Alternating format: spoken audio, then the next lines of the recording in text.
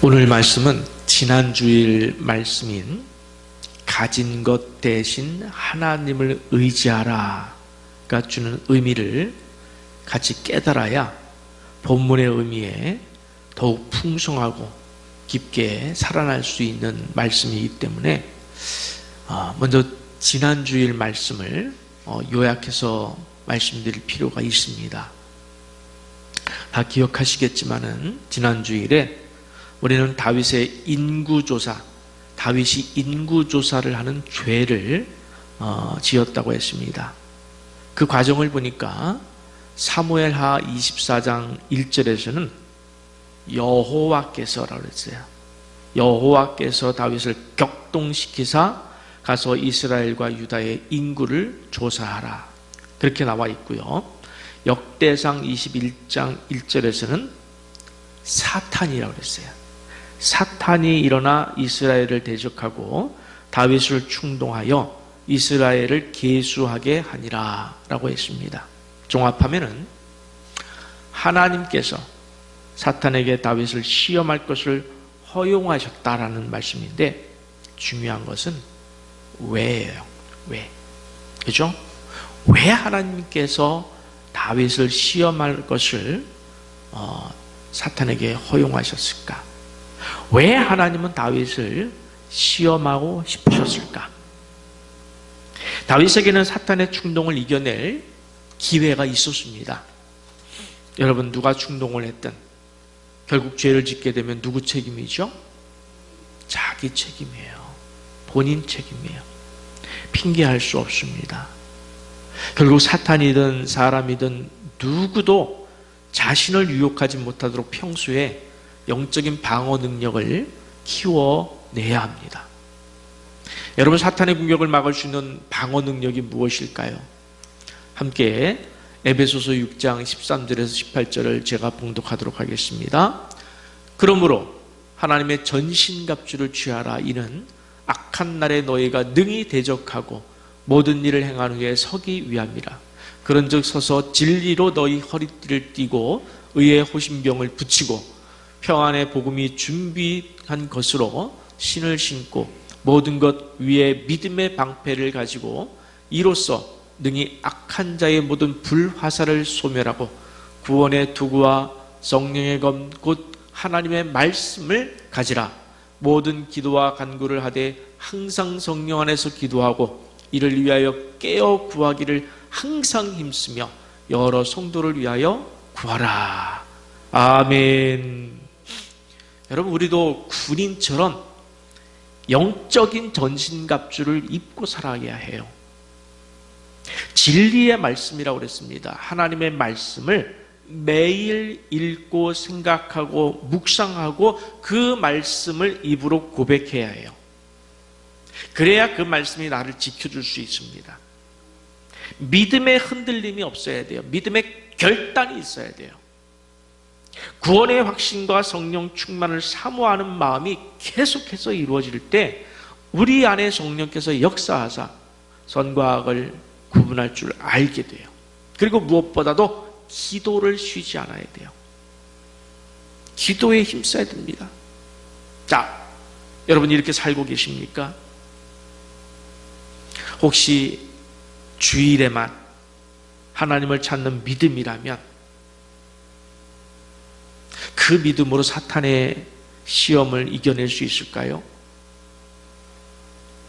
그런 의미에서 우리가 올 한 해 동안 1년 1독, 성경 1독을 좀 하자.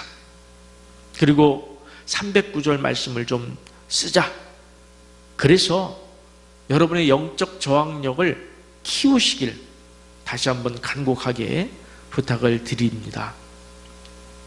사탄의 관계가 얼마나 치밀하고 대범한지를 한번 보시기 바랍니다.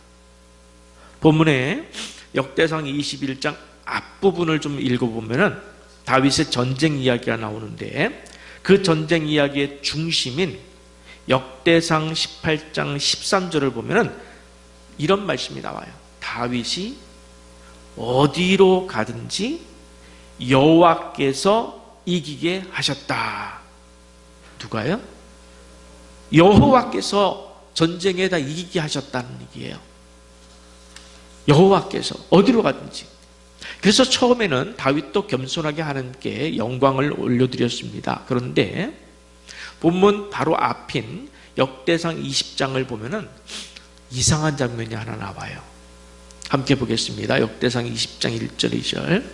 해가 바뀌어 왕들이 출전할 때가 되매 요압이 그 군대를 거느리고 나가서 암몬 자손의 땅을 격파하고 들어가 랍바를 에워싸고 다윗은 예루살렘에 그대로 있더니 요압이 랍바를 쳐서 함락시키매 다윗이 그 왕의 머리에서 보석 있는 왕관을 빼앗아 중량을 달아보니 금 1달란트라.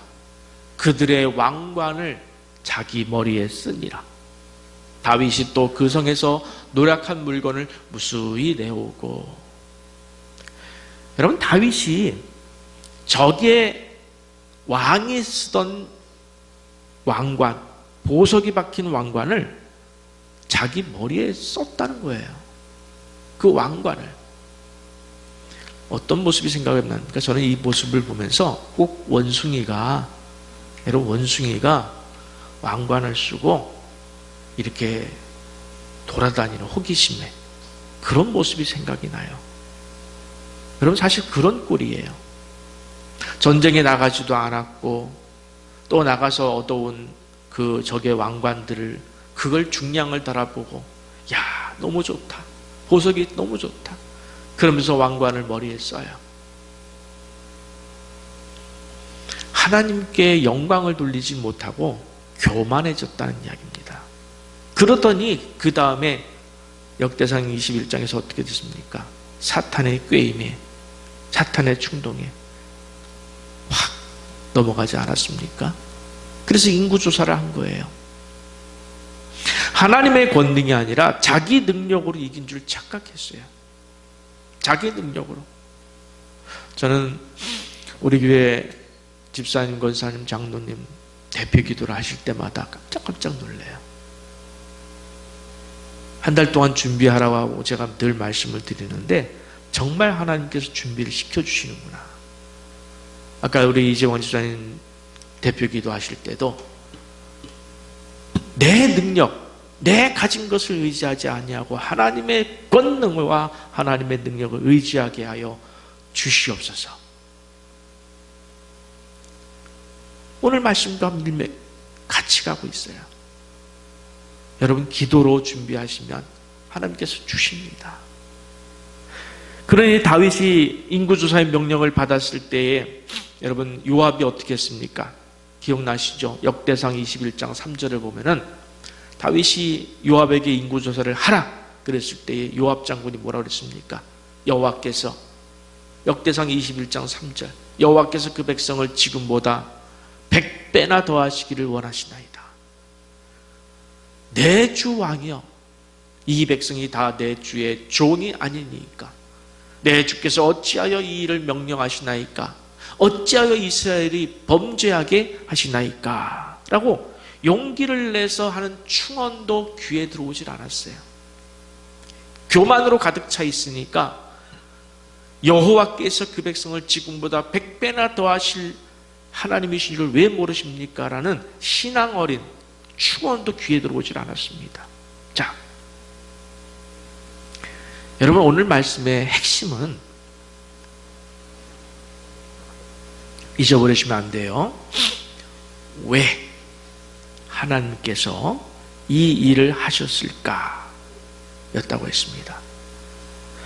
왜 하나님께서 이 일을 하셨을까? 여러분, 하나님께서 다윗의 이 교만한 마음을 몰랐을까요? 하나님은 우리 마음을 다 아십니다. 여러분 마음 다 아시고 계셔요. 그런데 누구만 몰랐을까요? 다윗의 이 교만한 마음을 누구만 몰랐을까? 곁에 있던, 함께 모셨던 요압 장군도 알았는데 누구만 몰랐습니까? 다윗 자신만 몰랐던 거예요. 다윗 자신만 몰랐어요. 그래서 하나님은 사탄을 사용하셔서 다윗에게 인구조사를 시켜서 다윗 안에 있던 교만의 죄가 이렇게 드러나도록 하시기 위해서 인구조사를 시켰고, 그 죄가 드러나자 그 죄값을 물으시는 거예요. 자, 이제 다윗도 자기 안에 있는 교만의 죄를 알게 되었고 보게 되었습니다. 자기 안에 자기 교만의 죄, 하나님 외에 다른 것을 의지하는 죄가 도사리고 있었음을 깨달았습니다. 깨달았다는 거예요. 이와 같은 구조가 한 번 더 나오죠. 예, 그 이전에 나왔던 말씀이지만 다윗이 장군들을 전쟁에 내보내놓고 자기는 저녁 낮을까지 침상에 누워 있다가, 뭘 저녁까지 그냥 침상에 누워 있다. 성경이 참 재밌어요. 읽어보면, 그죠? 저녁까지 침상에 누워 있다가 일어나서 왕궁 옥상을 거닐다가 뭘 보았습니까? 바세바 여인이 목욕하는 모습을 본 거예요. 여러분, 이럴 때 우리가 성령의 전신갑주로 무장되어 있다면, 성령 충만으로 무장되어 있다면, 우리가 쉬지 않고 기도하고 말씀에 순종하고자 몸부림치면서 우리가 살고 있다면, 영적 긴장 상태로 유지하며 살고 있었다면 우리는 이런 광경을 보고도 죄에 빠지지 않을 수 있어요. 넘어가지 않을 수 있어요. 눈안에 볼 수는 있어요. 진짜 보일 수는 있어요. 그러나 눈을 돌리고 그 다음 액션을 취하지 않습니다. 그런데 다윗은 그런 영적 전신갑주가 준비되어 있지 않았습니다. 음란함의 공격 앞에서 그냥 한순간에 무너지는 거예요. 그래서 바세바를 취하고, 거기에서 끝나지 않고 바세바의 남편인 자신의 충신이었어요. 자신의 충신인 우리아를 불러들여서 자기 죄를 감추려다가 그것도 안 되니까 전쟁터에 나가게 해서 죽게 하는, 바세바를 범하고 바세바의 남편을 죽게 하는 무서운 죄를 범한 것이에요. 왜? 영적 전신갑주가 준비되지 않으면 죄가 한없이 퍼져나가요. 그래서 성경은 우리에게 말하고 있습니다. 쉬지 말고 기도하라는 거예요. 쉬는 순간 죄가 여러분을 침범한다는 거예요. 그래서 사무엘이 말했지 않습니까? 기도를 쉬는 뭐는? 죄. 기도를 쉰다는 것은 죄예요. 그 기도를 쉬는 것 자체가 죄가 아니라 기도를 쉬게 되면 죄가 나를 엄습해 들어온다는 거예요. 그걸 방어할 능력이 없어요. 이해하시겠습니까? 우리는 기도를 쉬는 것 자체가 죄라, 물론 기도를 쉬는 것 자체가 우리가 문제가 있죠. 근데 기도를 쉬게 됐을 때에 내 영적 상태가 무너져 버리는 거예요. 이렇게 정말 다윗처럼 무너져 버리는 거예요. 기도를 쉬면 죄가, 내 안에 있는 죄가 튀어나와요. 내 안에 있는 죄가 튀어나와요. 그래서 주인 노릇을 합니다. 기도를 하면 하나님의 주권이 인정되어서 죄가 있어도, 죄성이 있어도 눌림받고 해결받을 텐데, 기도를 쉬는 순간 내가 주인돼요. 내가 주인되어 죄가 드러나는 겁니다. 하나님께서 음란함의 유혹을 방어할 영적인 준비가 되어 있지 못했던 다윗을 어떻게 했습니까? 그래서 치셨어요. 바세바를 통해서 얻은 아들을 죽였습니다. 다윗은 침상이 젖도록 하나님께 용서를 구했지만 하나님은 그 아들을 죽이셨습니다. 여러분, 이후에 생각을 해야 돼요. 여기서 이후에 다윗이 또 음란의 죄를 지었을까요? 이런 생각 안 해보셨습니까? 자신의 음란의 죄 때문에, 자신의 살인의 죄 때문에 아들이 죽었어요. 그 후에 또 음란의 죄를 지었을까요? 자, 그 다음에 다윗이 인구조사를 했습니다. 그리고 하나님께 징벌을 받았습니다. 후에 또 교만과 하나님 외에 눈에 보이는 것을 의지하는 죄를 범했을까요? 그것은 여러분에게 맡길게요. 성경은 그 이후에는 그 죄를 범했던 내용은 없습니다. 다윗은 전심으로 회개했습니다. 여러분 한번 보시기 바랍니다. 역대상 21장 17절. 다윗이 인구조사를 하고 나서 그 죄를 지적받았을 때에 전심으로 회개했다는 것이 놀라운 거예요. 중요한 겁니다. 오늘 역대상 21장 17절 말씀입니다. 하나님께 아뢰되 명령하여 백성을 계수하게 한 자가 내가 아니니까 접니다. 범죄하고 악을 행한 자는 곧 나이니이다. 이 양 때는 백성은 무엇을 행하였나이까? 청하건대 나의 하나님 여호와여, 주의 손으로 나와 내 아버지의 집을 치시고 벌하시고 주의 백성에게 재앙을 내리지 마옵소서 하니라. 다윗은 자신의 죄로 인해서 백성들에게 전염병이 돌게 된 것이 너무 가슴이 아팠어요. 정신이 돌아왔습니다. 영적으로 살아났습니다. 그래서 하나님께 간구합니다. 주님, 죄를 범한 것은 접니다. 원하옵기는 주께서 주의 백성에게 내리시는 재앙은 거두어 주옵소서. 여러분, 다윗은 진심으로 회개하며 왕으로서 백성들을 보호하고 섬겨야 하는 왕의 사명을, 하나님께서 주신 사명을 다시 회복했다는 이야기입니다. 정상적으로 다시 돌아왔다는 이야기입니다. 여러분, 하나님은 바로 이 지점, 다윗이 회개하는 이 지점, 회복되는 이 지점까지 다윗을 데려오시기 위해서 사탄에게 다윗을 충동할 것을 허용하신 거예요. 잘 따라오셔야 됩니다. 오늘은 길이 좀 깁니다. 자, 그러면 하나님은 왜, 또 여기서 왜가 나와요. 왜 다윗을 이 지점까지 데려오려고 하셨을까요? 회개하도록 하는, 자신 안에 내재되어 있는 자기를 의지하는, 하나님을 의지하지 않고 자신을 의지하는 죄를 회개하는 이 지점까지 하나님은 왜 데려오셨을까? 바로 오늘 본문이 주는 엄청난 계획 때문이에요. 자, 보시기 바랍니다. 역대상 21장 18절이에요. 여호와의 천사가 갓은 선지자입니다. 갓에게 명령하여 다윗에게 이르시기를, 다윗은 올라가서 여보스 사람 오르난의 타작마당에서 여호와를 위하여 제단을 쌓으라 하신지라. 하나님께서 선지자 갓을 통해서 다윗에게 말씀하십니다. 너는 오르난의 타작마당에 가서 제사를 지내고 회개하라. 오르난의 타작마당에 가서 제사를 지내고 회개하라. 그래서 다윗은 오르난이 타작하는 곳으로 갔습니다. 가서 오르난을 만나서 자초지종을 설명합니다. 내 타작마당을 내게 팔라. 내가 후하게 값을 내겠다. 여러분, 오르난은 그냥 시골 농부예요. 그런데 어느 날 왕이 오신 것입니다. 다윗이 온 거예요. 그러면서 내가 여기서 여호와께 제사하려 하니 내 타작마당을 팔라. 그렇게 했으니 어떻겠습니까, 여러분? 여러분이라면 우선은 굉장히 놀랐겠죠.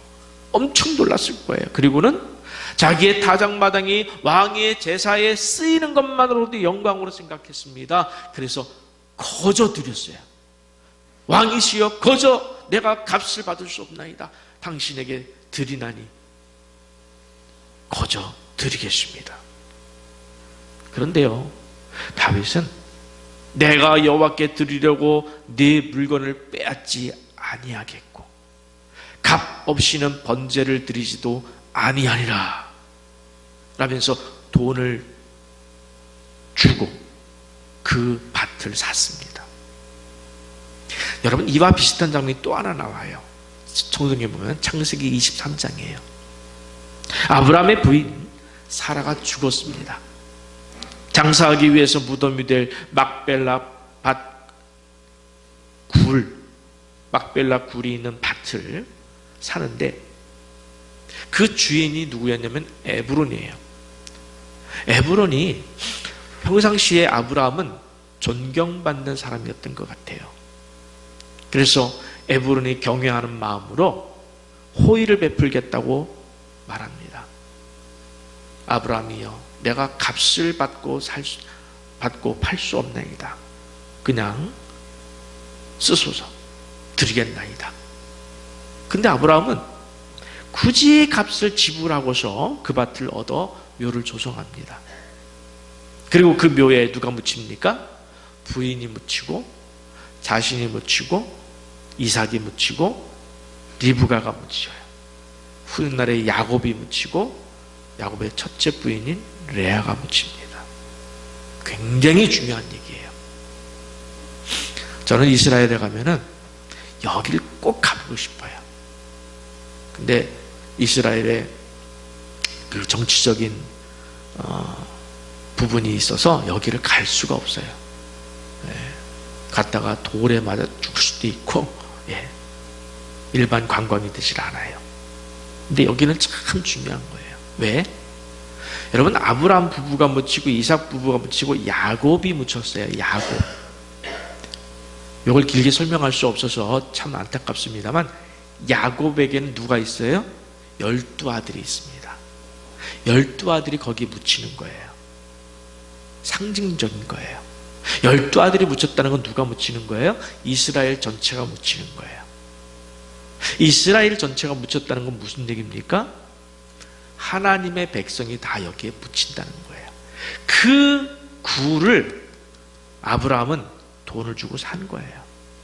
내 것으로 만든 거예요. 공짜로 하지 않았습니다. 요즘 시대로 말하자면은 돈을 주고서 그걸 뭐 한다고 그랬죠? 동사무소 가서 해나요? 뭐 등기 한다고 그랬죠? 찾아보진 않았지만 그곳은 아브라함의 이름으로 등기를 해놨어요. 왜 그랬을까요? 천국의 문이기 때문에 그래요. 저는 이것을 천국의 문이라고 불러요. 천국으로 들어가는 데는 반드시 내 헌신과 노력, 나아가 마음과 목숨을 다한 사랑이 필요합니다. 여러분, 남의 것으로 들어가는 것이 아니에요. 내 것으로 들어가야 돼요. 내 것. 내 믿음으로 들어가야 되는 거예요. 그래서 이 본문은 너무 중요한데 오늘 다 설명할 수 없어서 요거는 다음 기회에 창세기 23장 다시 말씀을 드리겠습니다. 여러분, 우리는 가끔 착각을 합니다. 아니, 기만과 속임수, 탐욕스러운 마음으로 하나님께 나올 때가 있는 것 같아요. 하나님은 마음을 보신다고 했으니까 내 마음으로만 감사드리면 된다. 그러면서 빈손으로 하나님께 나오시는 분들이 혹가다 계신 것 같습니다. 정말 드릴 것이 없는 분들은 그 마음이라도 하나님께서는 충분히 받으시는 줄 믿습니다. 그러나 여러분, 드릴 것이 있음에도 자기를 위해서는 아낌없이 써요. 자기를 위해서는 아낌없이 쓰면서 하나님께 드리는 것은 힘이 아까워서 인색하다면, 그리고 드릴 것이 없다라고 한다면 그 사람의 제사와 예배를 하나님께서 기뻐 받으실까요? 아니, 여러분이 하나님이시라면 그 제사와 예배를 기쁘게 받고 기도하는 것도 들어주고 마음껏 축복해 주시겠습니까? 우리는 하나님을 경외해야 돼요. 요즘 새벽에 계속해서 하나님을 경외하는 것에 대해서 얼마나 성경이 많이 나오는지 몰라요. 얼마나 많이 나오는지 몰라요. 왜? 성경의 핵심이 그거예요. 하나님을 경외하는 거. 경외는 어떻게 해야 하는 거예요? 전부를 드리는 거예요. 목숨까지 드리는 겁니다. 아브라함이나 다윗은 그렇게 인색하지 않았어요. 하나님 앞에 인색하지 않았어요. 하나님 앞에 인색하지 않았어요. 아브라함이 어떻게 했습니까? 누구까지 드렸습니까? 이삭까지 줬어요. 하나님께. 다윗도 그랬습니다. 오르난에게 금 600세겔의 값을 지불하고 제사를 지냄으로 말미암아 이제 자신의 죄가 용서가 되었어요. 용서받았어요. 그런데 여러분, 이야기는 여기서 끝이 아닙니다. 자, 이제부터 잘 조금만 더 따라오셔야 돼요. 바로 이 오르난의 타작마당, 다윗이 회개하고 용서를 받고 이제 그 사람의 영성이 회복되어지고 온전케 되어진 이 오르난의 타작마당이 훗날 어떤 곳이 됐냐 라는 이야기가 오늘의 말씀의 하이라이트예요. 사실 그때까지 죄를 지었으면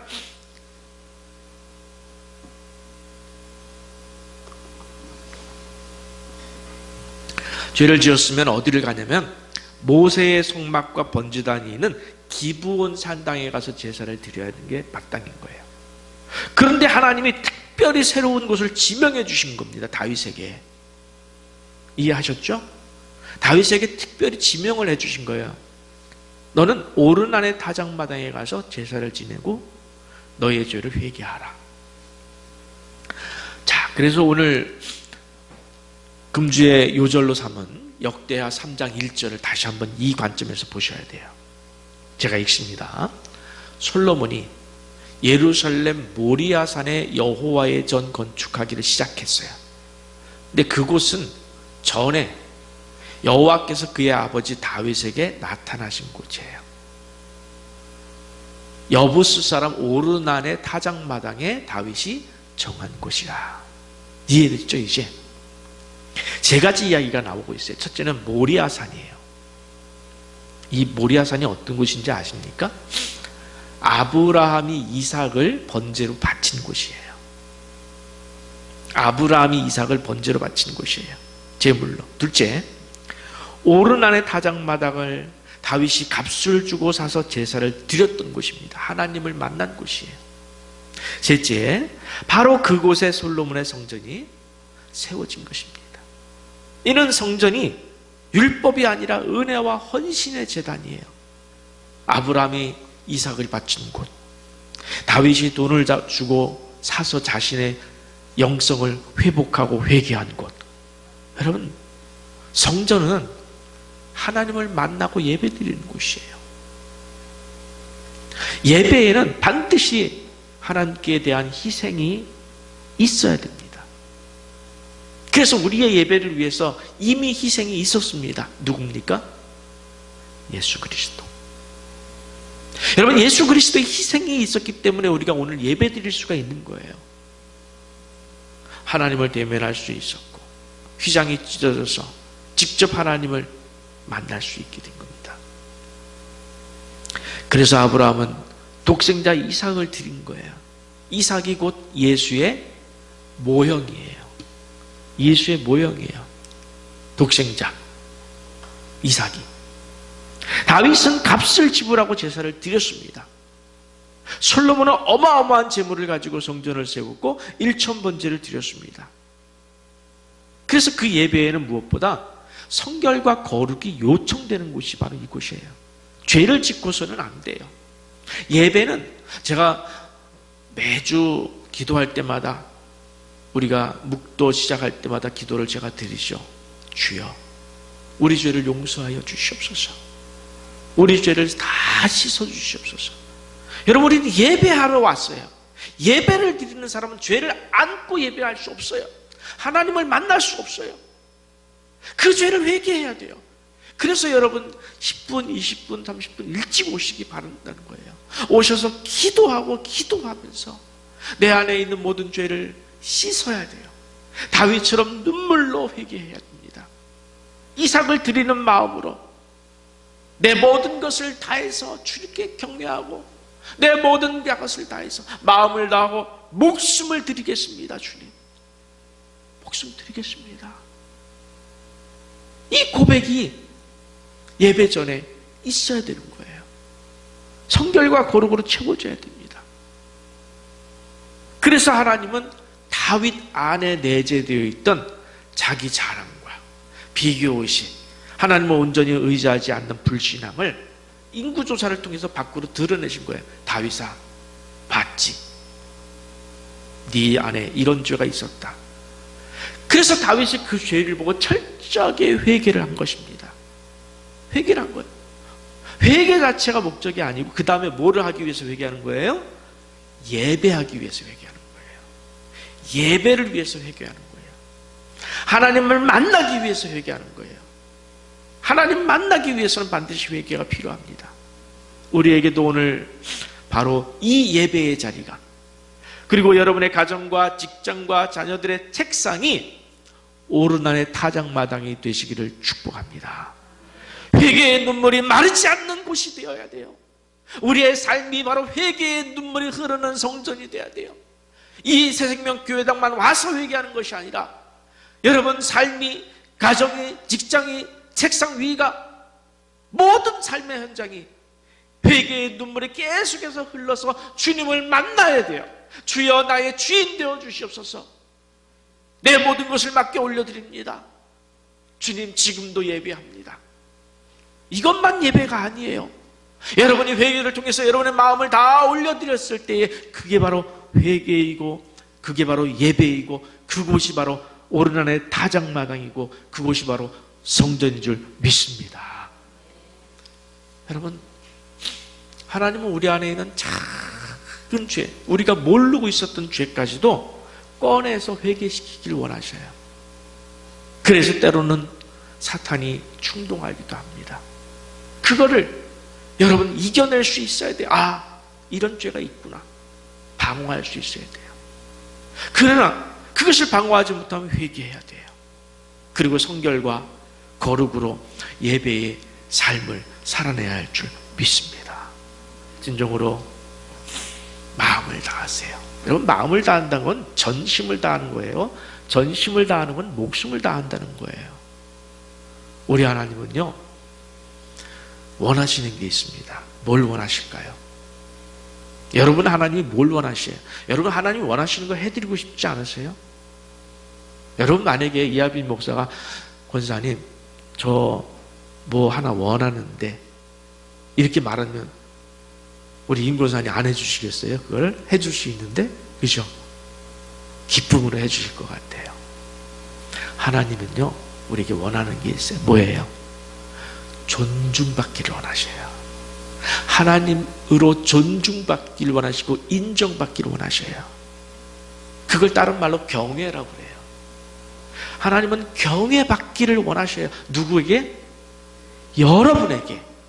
여러분 한 사람 한 사람에게, 목사에게만 하는 게 아니에요. 여러분 한 사람 한 사람에게 인정받고 존중받고 경외받기를 원하십니다. 최고의 마음으로, 최고의 예물로, 최고의 대우로 하나님을 존중해 드리세요. 그러면 하나님도 여러분을 그 이상으로 존중해 주시는 복을 내리실 줄 믿습니다. 여러분, 저는요, 하나님이 저를 알고만 계시다는 것만으로도 너무 감사해요. 저의 존재를 알고만 계시다는 것도 감사해요. 그런데 그날에 하빈아, 좀 죄송한 표현 쓸게요. 지금 이 단어가 미칠 것 같아요. 그 생각만 해도 주님이 하빈아, 제 이름을 불러만 주시는 것만으로도, 여러분, 우리가 하나님을 인정할 때 하나님도 우리를 인정해 준다고 그랬죠. 우리가 하나님을 존중할 때 여러분도 하나님께서 존중해 주실 줄 믿습니다. 다 드리세요. 마음을 다하고 목숨을 다하고 뜻을 다하고 힘을 다해 주 하나님을 사랑하겠습니다. 내 이웃을 내 몸과 같이 나처럼 목숨을 다해 사랑하겠습니다. 친구로서 목숨을 다하겠습니다. 그렇게 예배드릴 때 바로 이곳이 회개와 눈물이 있는 오르난의 다장마당, 하나님의 성전, 진짜 교회, 하나님께서 기뻐 받으시는 성도들 되실 줄 믿으시기 바랍니다. 우리 그분께 오늘 최고의 영광의 찬양을 함께 올려드리도록 하겠습니다.